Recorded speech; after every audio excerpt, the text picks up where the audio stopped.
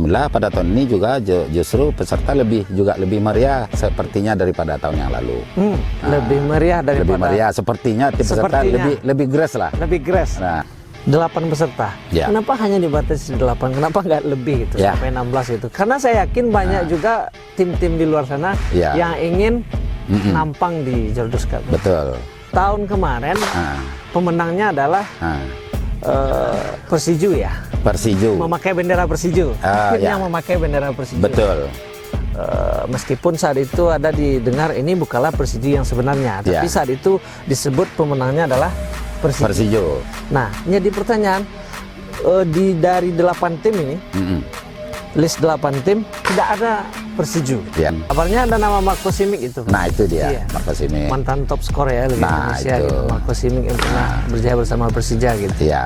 Dan tim itu sekarang lagi naik daun nih, lagi naik daun. viral di Sumatera Barat. Di Tarkam Sumatera Barat. Iya. Lagi viral. Iya. Dia main di Sumatera Barat tapi Iya. memakai nama ibu kota Prancis ya. Betul.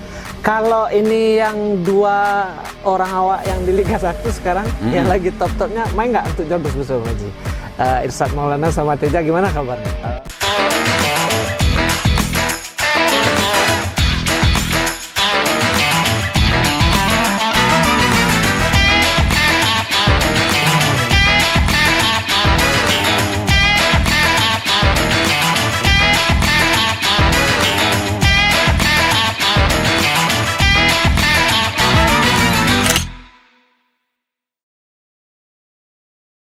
Bismillahirrahmanirrahim. Assalamualaikum warahmatullahi wabarakatuh. Waalaikumsalam warahmatullahi Iya, wabarakatuh. Dunsana pecinta lensa bola Minang 1 bertemu kembali dalam lensa bola Minang 1. Kali ini dalam suasana Ramadan. Kita sedang berada di Sungayang. Sungayang, Kabupaten Tanah Datar ya Pak ya. Ya. Dan sekarang kita kalau istilah keren Indonesianya ngabuburit. Ngabuburit. Kalau kami di kampung matang-matang hari. Kalau siko namanya Pak? Nggak dulu nama yang khusus. Nggak ada nama yang khusus ya. Mananti Bapak. Parintah Wakatu. Parintah Wakatu ya. Ya. Matang-matang hari. Ya. Nah, sekarang kita sedang berada di lapangan Stadion Mini Pulai Sungayang. Mini tapi stadion gitu. Ya. Nah, kita sudah bersama orang tua kita. Bagi Dunsana pecinta sepak bola 1 yang sudah lama mengikuti perkembangan sepak bola Sumatera Barat, pasti kenal beliau.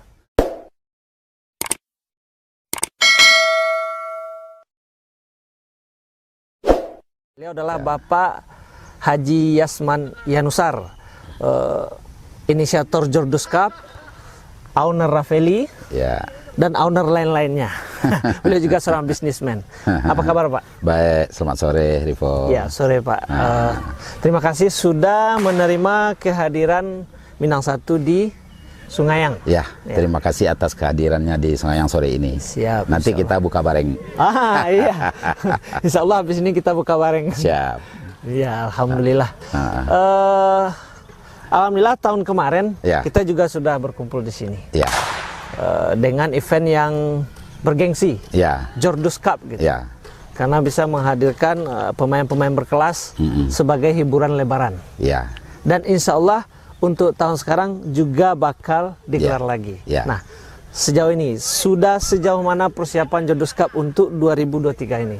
Baik, Rivo. Terima kasih. Kalau dalam persiapan pertama sekali jelas kami dari penitia menghubungi untuk tim peserta. Mengacu kepada dari awal dulu Jordus Cup itu selalu diisi oleh 8 tim. Tidak pernah menjadi 16 tim, 8 tim.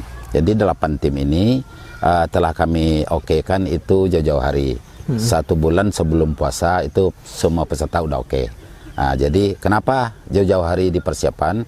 Karena banyak persiapan yang akan kami yang pertama sekali tentang persiapan banner di lapangan, yang kedua juga masalah banner-banner sponsor, yang juga masalah izin perizinan semuanya. Jadi itu kami harus fix peserta semuanya. Alhamdulillah pada tahun ini juga justru peserta lebih meriah sepertinya daripada tahun yang lalu.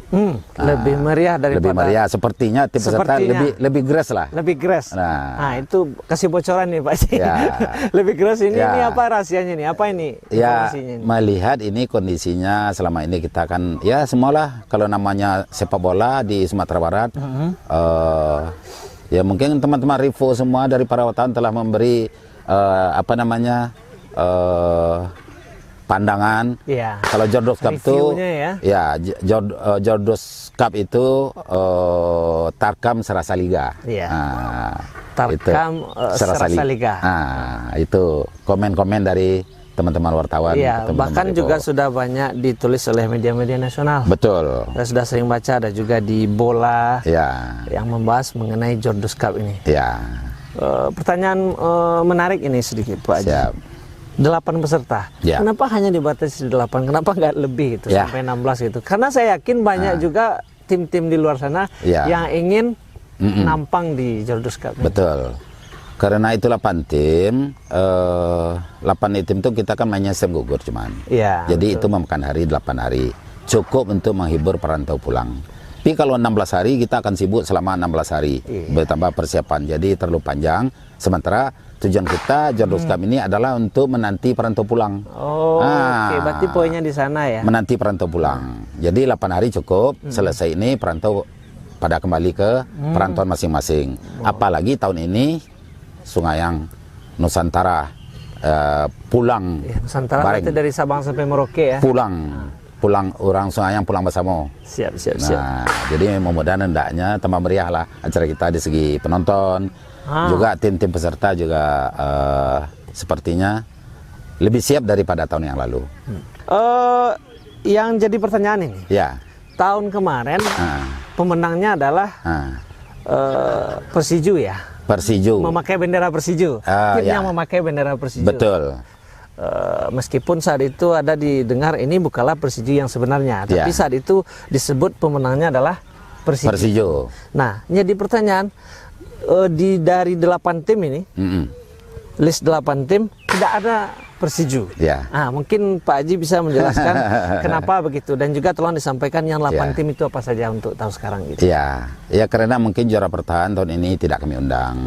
Ya mungkin disebabkan karena kita hanya 8 tim, kita ganti-ganti lah gitu. Dan lagi artinya ya mungkin dengan masalah kita undang Persiju, tapi Persiju slotnya diserahkan kepada Telabang. Jadi artinya jadi poinnya di sana ya. Ya, jadi artinya sekarang kalau Persiju ya tapi tetap bagaimanapun yang dalam hal catatan kami yang juaranya tetap Persiju. Bukan Telabang. Ya, berarti di sana itu masalah komitmen kemarin.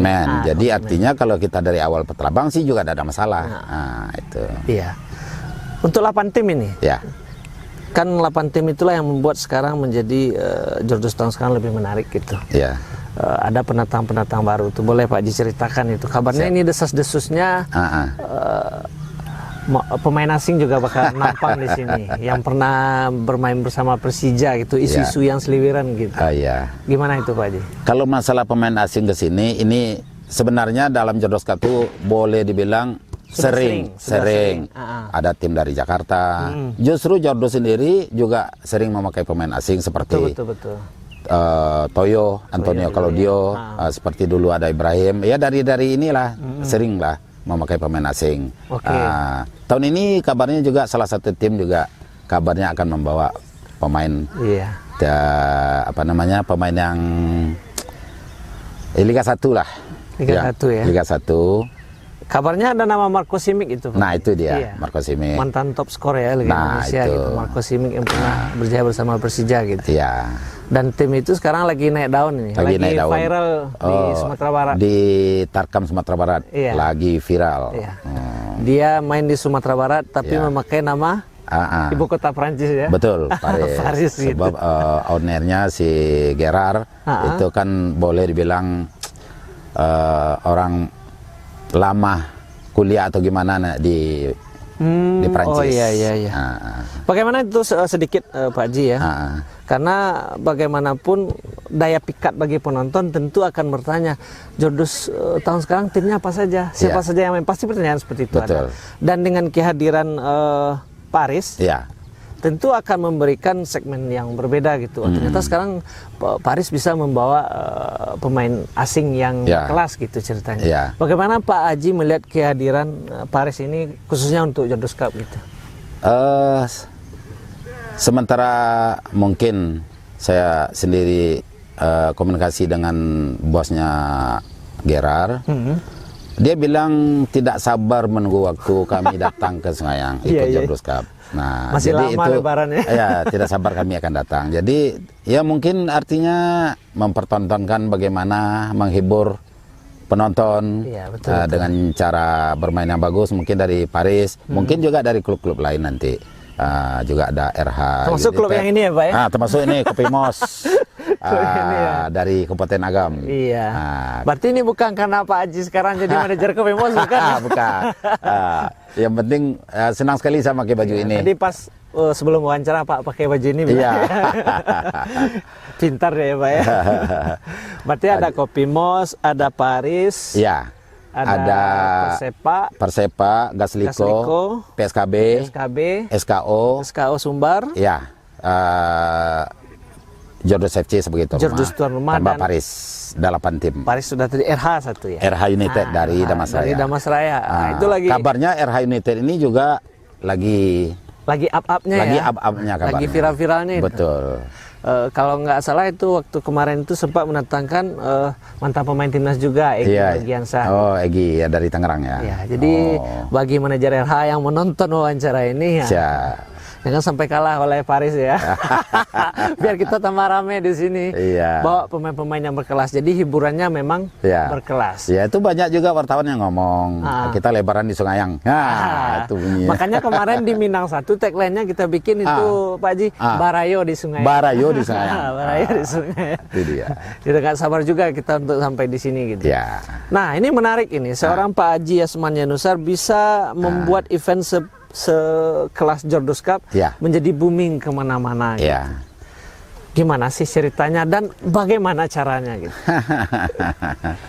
Ya kalau kita lihat perjalanannya itu apa namanya, kita mulai Jordus Cup ini kan dari tahun 97, Jordus Cup 1. 97 ya? Sementara Jordus FC ini berdirinya itu tahun 96. Berdiri resminya lah. Sebelum itu juga ada, tapi artinya terkam apa namanya dalam nagari. Tapi di 96 itu diresmikan, langsung kita 97 bikin event.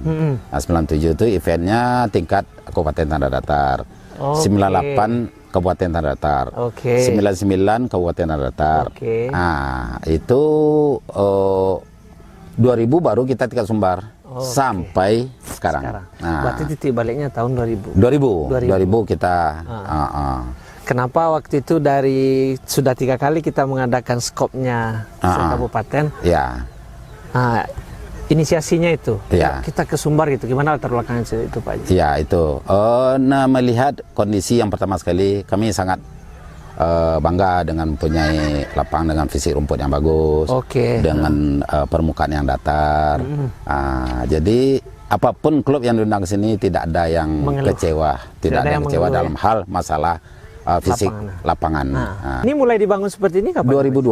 2002. Ya, 2002 baru mulai. Pelan-pelan. Berarti yang pertama kali mengadakan tingkat Sumbar tahun 2000 ini sudah ada tribune, cuman tidak sebanyak ini tangga-tangga tempat duduknya.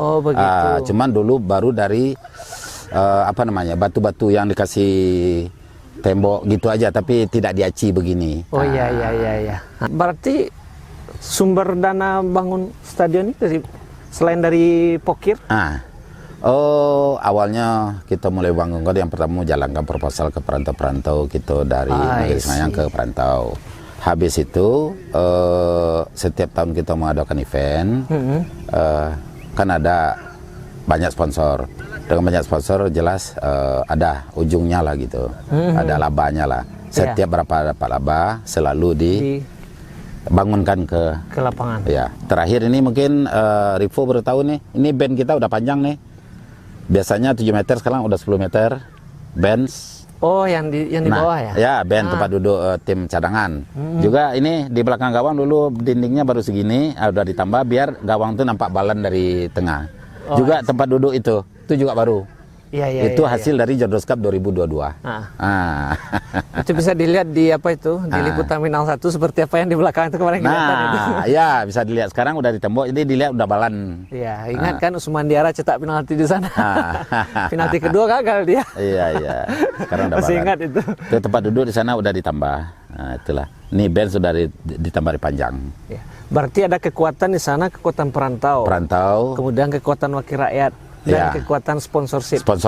Pertanyaannya nih, bagaimana strategi Pak Haji meraih sponsorship ini yang menarik ini? Karena bisik-bisiknya untuk event sekelas di Sumatera Barat, turnamen olahraga, sepak bola khususnya, Jodros Cup lah yang sponsornya paling banyak kabarnya gitu. Betul. Ya. Gimana itu strategi? Yang pertama kita pakai sponsor. Utama sekali mungkin ada dari kita juga yang ada yang berdagang. Memberi peluang untuk sponsor itu brand-brand barang. Yang yang pertama orang dari Nagari Sungai sendiri perantau, yang kedua juga dari orang-orang yang emosionalnya ada terhadap Nagari Sungayang. Contoh Oksigen. Itu ada hubungan emosionalnya terhadap Nagari Sungayang. Ini kalau nyebut merek ini kena nih Pak Haji. Kena ya? Gitu ya. Nggak boleh ya? Kena celana lebaran gitu. Ini Oksigen. Iya, celana lebaran itu.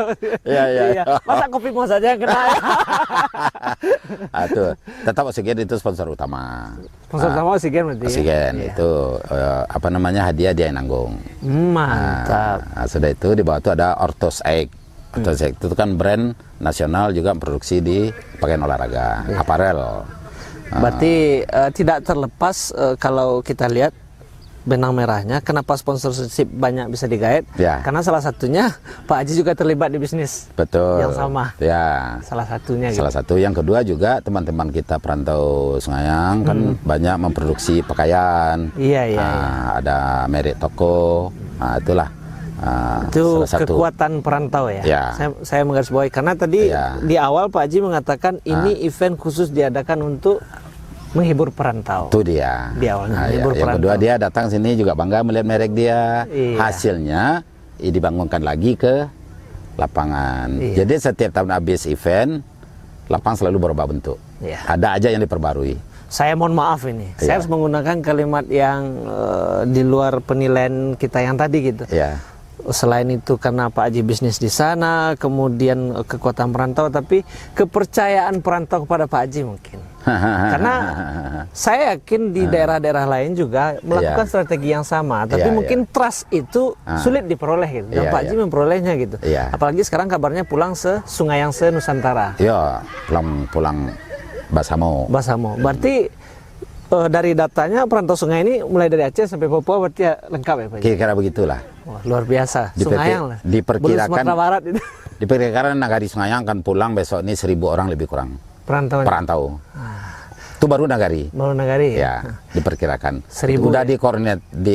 Udah dikoordinatori oleh namanya Persatuan Warga Sungayang dari Jakarta. Itu induk dari koordinator lah dari seluruh perantau. Bisa diprediksi itu gimana putaran duitnya. Namanya perantau kan, bos-bos pulang kan, 1.000 orang kali sekian. Ngeri. Berarti ada harapan ini juga bisa. Mudah-mudahan lah. Tapi ini belum pernah kepakai buat Liga 3 ya Pak Haji? Udah, Liga 3 PSBS pernah tuan rumah di sini.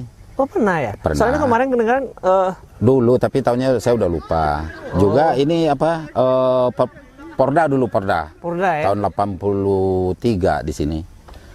Dulu nih tiang gawang, ini panjang lapang dulu 110 meter. Karena tidak profesional dengan lebarnya hanya 69 meter. Dimajukan tiang gawang ke depan 5 meter, 2,5 meter sana, 2,5 meter sini. Panjang panjang dikurangin. Jadi sekarang panjangnya 105. Ya, kalau dulu 110 terlalu panjang. Dengan lebarnya nggak proporsional. Tapi untuk sekelas lapangan Nagari kita compare dengan nagari-nagari lain di Sumatera Barat. Betul, ya. Ini sudah luar biasa. Ini Juga teman-teman Rivo juga ngasih merek. Dulu kan namanya Lapang Pulai Sungayang. Teman-teman Rivo juga yang ngasih, bukan kami yang ngasih. Karena udah ada tribunnya, udah di atap dikit. Udah diganti. Di berita-berita dibikin di Stadion Mini Pulai Sungayang. Stadion Mini. Kami hanya ngikut aja. Tapi ini sempat juga kami rapat dengan pemerintah negari. Kita mau bikin ini, rapat dulu kami. Iyalah. Bentuk ini yang namanya Wali Negari, kan BPRN mendukung diganti nama Lapang Pulai jadi Stadion Mini Pulai Sungayang. Iya. Kalau kita berbicara Sumatera Barat lah secara umum gitu. Ya. Artinya ini bisa dipercontohkan gitu. Iya. Di sini bisa dibangun stadion mini, berarti di negara-negara lain juga bisa. Iya. Dulu kan belum ada dana desa seperti sekarang. Iya. Bisa dibangun, apalagi sekarang udah ada dana desa kan. Yang penting wali negarinya niat nggak gitu. Betul. Kalau Pak Wali negari yang nonton. Iya. Karena sekarang kabarnya jabatan wali negari udah naik gengsi sekarang. Bisa bangun, kita tantang nih negara-negara mana di Sumbar yang siap mau membangun sepak bola. Karena mustahil kan? Iya.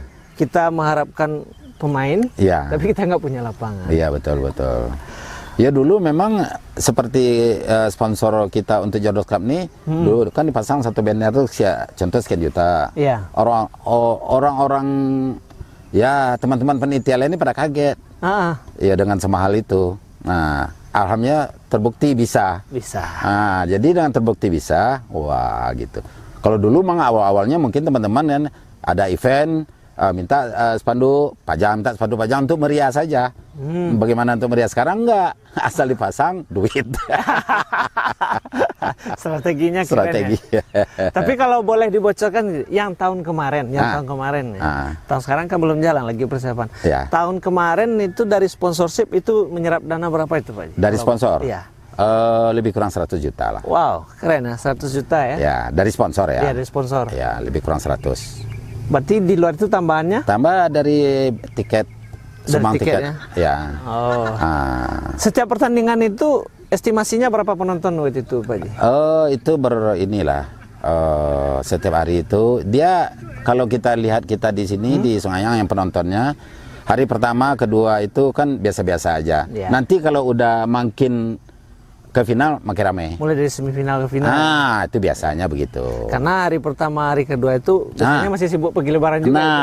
Tapi hari kedua, ketiga, keempat sampai ke final tuh makin ke final makin ramai. Itu biasanya. Tapi satu hal menarik yang saya tandai Pak Ji, karena mungkin keterlibatan saya di sini belum beberapa kali, karena dulu kita jauh gitu. Itu kan banyak penonton tuh yang hadir tuh. Betul. Itu hampir seluruh wilayah Sumbar hadir ke sini. Betul. Ada yang dari Solo, ada dari Masraya, Pariaman, Bukit Tinggi kan datang ke sini. Betul. Animonya sama juga seperti orang yang menyaksikan Semen Padang kayak. Seperti itulah. Apalagi besok seperti dari Paris itu. Ya, juga ada pemain asing yang main di Liga 1 juga ada sebagian membawa pemain-pemain dari Semen Padang. Iya. Dari Semen Padang FC. Karena liga kita udah lama juga libur. Betul. Yang kangen lihat pemain Semen Padang datangnya ke sini. Karena bakal main di sini besok. Iya. Kalau untuk tuan rumah sendiri Jordos ini, kira-kira pemain yang bakal mengisi pos di Jordos siapa saja itu Pak Ji? Gini dia. Kalau Jordos itu selalu mengutamakan anak-anak kita daerah. Atau kebetulan dia ada latihan biasalah. Juga ditambah dengan pemain-pemain yang berasal dari Kabupaten Tanah Datar yang telah main di Liga 2, main di Liga 1 seperti itu dulu. Ya kalau sekarang ya main Liga 2 itu sama seperti tahun lalu. Ya yang itu aja orangnya. Boleh dong disebutkan namanya supaya berarti inti. Boleh. Animonya kuat. Gitu. Ya, yang sekarang ya mungkin akan main di Jordos FC itu yang pertama sekali tentu si Adi Tri Rahmat. Kale. Tuh. Ya memang anak ini sejak dari PON. Udah barengan sama Bapak ya? Ya, saya assistant manager dulu di PON Kalimantan sepak bola PON 2008. Kemarin ke Cilacap. Ya. Kabur dari Semen Padang ke Cilacap. Besok main tuh Jordos. Tri, habis itu? Si Geno. Oh Geno Semen Padang ya? Geno Nofriansyah. Ya. Sudah tuh ada si Fahri dari Al-Hayani juga dari Tangerang. Cilacap juga. Cilacap. Itu barengan sama Tri di Cilacap. Ya. 3 orang. Iya juga. Nah biasanya striker dari Jordus ini ada namanya si Rahmat Ilahi, panggilan Tomnya Toja. Nah itu 2 tahun ini telah menjadi PSAD di Medan. Jadi itu striker PSAD Medan. Mantap. Dia pulang kampung. Jadi besok dia memperkuat klub kampungnya. Ya, kampung Jordus. Kalau ini yang 2 orang awak yang di Liga 1 sekarang, yang lagi top-topnya, main nggak untuk Jordus besok Pak Haji? Irsad Maulana sama Teja gimana kabarnya? Belum konfirmasi? Tidak. Sebab masalahnya kita menambah pemain itu di mana posisi Jordus yang kurang. Contoh gitu. Teja kiper. Kita anak lokal sudah ada kiper. Kita tidak panggil. Ya. Tuh. Jadi di mana posisi kosong itu yang kita. Jadi udah setiap tahun di mana posisi yang kosong kita mencari gantinya. Ya, kalau saya memang anak lokal bisa, kita tidak cari. Wah, ini di Jordus ya? Iya. Anak lokal ada, kita tidak cari pemain. Berarti tim-tim lain bisa tuh hubungin Teja sama Irsad? Bisa, tidak ada masalah. Ya. Manajer Kopi Mos bisa hubungin tuh. Biar Irsad Maulana juga main tuh Kopi Mos di. Ya, silakan. Iya. Tapi tahun kemarin Teja juga hadir, saya lihat nonton. Ya, Teja ikut memberikan dopres, memberikan. Ingat waktu itu. Iya. Untuk pembukaan ini Pak Haji. Iya. Yang bakal berlaga apa nih Pak Haji? Yang pembukaan itu Persepak Payakumbuh lawannya RH United dari Damasraya. Persepak RH United dari Damasraya. 1 Persepak, yang kedua Gosliko, yang ketiga PSKB. Itu setiap Jordus Cup itu tidak ketinggalan yang 3 itu. Udah dianggap apalah. Hari ini Kopi Mos sudah 2 kali dengan ini mudah-mudahan. Jadi 2 kali. Jadi mainnya jangan hanya 2 kali kayak kemarin aja Pak Haji. Jadi nanti kalau udah fix 8 ini orangnya nggak diganti-ganti, itu aja setiap tahun. Tapi yang baru fix itu baru 4-5 tim. Berarti Kopi Mos sudah dapat VIP juga. Sudah. Mudah-mudahan setiap tahun ikut. Tidak akan senyum aja. Ya, selagi namanya ada di Tarkam dalam Sumatera Barat. Iya, tapi bakal sulit tahun sekarang. Kenapa? Karena tim-tim yang main sekarang ini persiapannya jauh lebih matang. Betul. Dan pemain yang dibawa pun jauh lebih berkelas gitu. Iya. Itu tantang buat Kopi Mos itu. Dan tahun kemarin Kopi Mos dikalahkan oleh tuan rumah ya Pak Haji. Iya, betul. Coach Yudi itu yang ngalahin itu. Ini Rafeli. Iya. Rafeli dari Padang. Iya, itu kan masih brand Pak Haji itu. Masih brand Pak Haji itu. Iya. Itu Coach Yudi itu. Iya. Saya tuh Pak Haji. Iya, betul. Pelatih futsal ya. Iya, kami kalah kemarin. Tapi nonton Yudi main kan? Nonton. Waktu nonton kan Yudi main. Iya. Coach Yudi yang ngasih malah petaka buat Kopi Mos itu. Iya. Mudah-mudahan nanti akan memberikan pertandingan yang menarik yang menghibur lah. Itulah. Berarti kalau disederhanakan ini memang semata-mata sepak bola hiburan ya Pak Haji. Nanti perantau pulang. Ya, karena ada kemarin itu yang berbisik-bisik dengan kita, nanti kalau ketemu Pak Haji tanyakan gitu. Apakah Pak Haji tidak terniat gitu? Jordus itu menjadi wadah pembinaan gitu. Diadakan Jordus ke level kelompok umur gitu. Ada bisik-bisiknya seperti itu. Monggo ditanggapi Pak Haji. Ya. Ya mungkin artinya kita mungkin fokus ke usia-usia bebas. Kalau seandainya nanti itu ada peluang, ini ada juga kemasukan yang bagus. Jadi bisa jadi nanti akan dibikin misalnya seperti Suratin U17. Ya seperti itulah, tapi brandnya Jordus gitu. Mana Jordus. Tahu ada pemain timnas lahir dari sini. Jordus U17 kan gitu. Ya. Ini adalah input yang bagus lah untuk kami. Mudah-mudahan. Karena untuk kelompok umur kita di Sumatera Barat ini termasuk sepi juga. Iya, betul. Nah, kalau itu nanti mungkin bisa 16 tim. 16 tim bisa mungkin 2 kali main 1 hari. Mudah-mudahan lah. Mudah-mudahan terlaksana. Ya, itu bisik-bisiknya kemarin seperti itu gitu. Iya. Kalau yang Jordus Cup yang kita adakan sekarang kan murni sepak bola hiburan. Betul. Sepak bola hiburan. Ini untuk pembinaan ya. Iya, untuk lebaran. Karena saya yakin karena Pak Haji juga pembinaan di futsal gitu. Iya. Tapi nanti kalau itu dibahas tentu akan menjadi sirkulasi yang panjang itu. Ya. Dulu dari sepak bola, kemudian kenapa ke futsal, nanti di segmen yang lain kita bahas itu nanti. Baik. Kita akan membahas futsal sebenarnya. Sekarang kita fokusnya di Jordus ini. Baik. Berarti Jordus mulai opening nanti tanggal 23 April. 3 April. Ya. RH United dengan Persepak Payakumbuh. Persepak Payakumbuh. Dari sekian kali edisi Jordus, menurut Pak Haji ini, Jordus kapan itu yang paling monumental itu?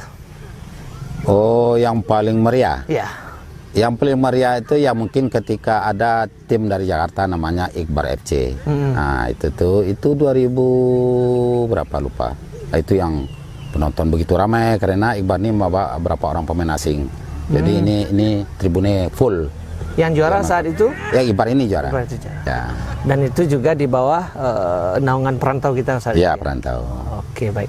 Ini yang terakhir nih Pak Ji. Imbauan ini kepada 8 tim peserta yang tadi, agar Jodus Cup kita ini betul-betul menyuguhkan pertandingan yang menarik nanti. Betul. Silakan Pak Ji. Ya, itulah. Jadi mudah-mudahan hendaknya kita berharap pada ke-8 tim peserta ya menyuguhkan pertandingan yang bagus lah untuk menghibur penonton. Siap. Nah, jadi ya mudah-mudahan hendaknya boleh siapapun yang juaranya tapi secara sportivitas yang tinggi. Siap. Nah, sportivitas. bukan artinya dengan kita menjadi juaranya bukan dengan segala cara. Itu aja mendapat pesan dari kami dari panitia lah. Yang mudah-mudahan hendaknya Jodus Cup ini akan bisa berjalan aman, lancar dan sukses di 2023 ini. Oke, berarti ditekankan oleh Pak Haji tadi sportivitas ya. Sportivitas yang tinggi. Sportivitas peserta dan juga sportivitas penonton tentunya. Betul. Supaya pertandingan berjalan aman, lancar dan menghibur. Ya, mudah-mudahan kalau penonton nanti itu kan tugas kami dari panitia. Bagaimana nanti masa selesai, bagaimana menjadi juga bersorak sih tidak ada masalah, cuman jangan memancing. Nonton bola kalau nggak sorak nggak seru. Nggak seru.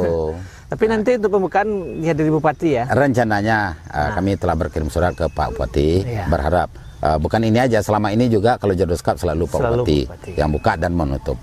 Nah, kepala daerah. Bupati Eka ya? Ya, Pak Eka. Ya, mudah-mudahan nanti Pak Bupati bisa hadir di sini. Ya.